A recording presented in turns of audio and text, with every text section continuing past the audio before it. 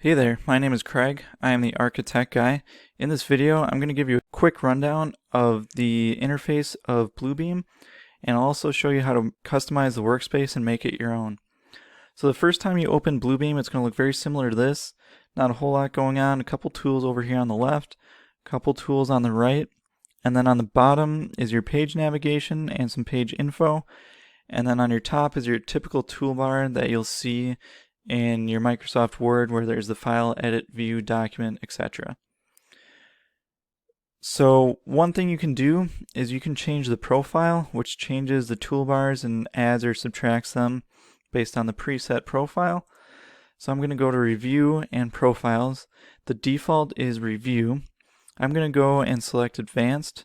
This is the one I typically use. It's just got all the tools that I really like, and it's nice and handy.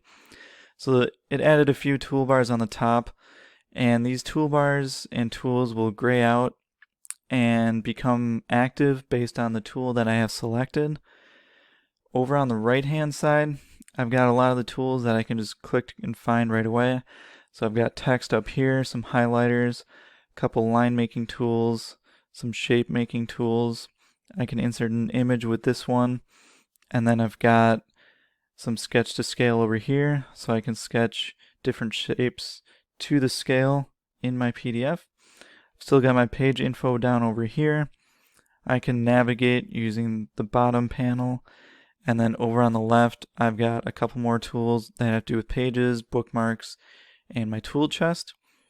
And then over here I've got tabs, very similar to what you might see in Photoshop. You can click on the tabs and they'll bounce between documents that you have open. So these are two totally separate documents.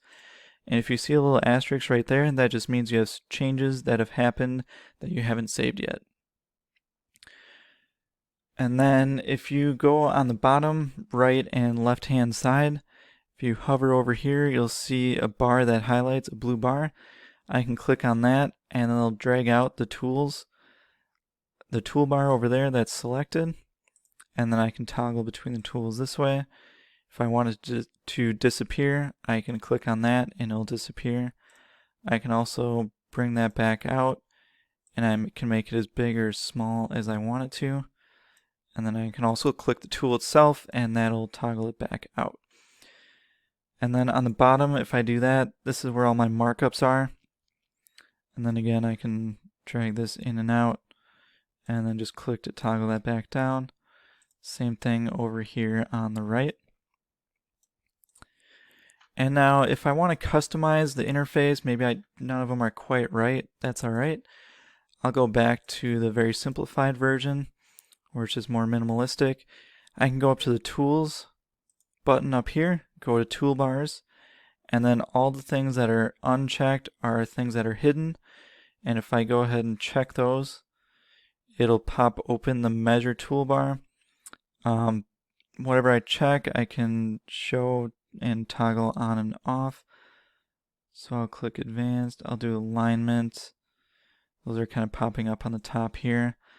If you see the vertical row of dots, you can drag that along and put that wherever you want. And then once you have something that you're happy with, you can even save that profile. So I can go to Profile and Save Profile, and then I can save that somewhere on my drive, and if I open up Bluebeam on a different computer, I can just open up that, I can find that file and import that, and my whole interface will stay the same. So it's really great if you want to have a standard across your company. You can create your profile, throw it on your network somewhere, and then have everyone that's using it import that interface and profile so that everyone's using the same thing, so it's real easy to troubleshoot and help each other out throughout the company. So that's just a brief overview of how you can navigate through Bluebeam and just kind of where the toolbars are. Thank you for watching. My name is Craig. I'm the Archi-Tech guy, and I will catch you next time.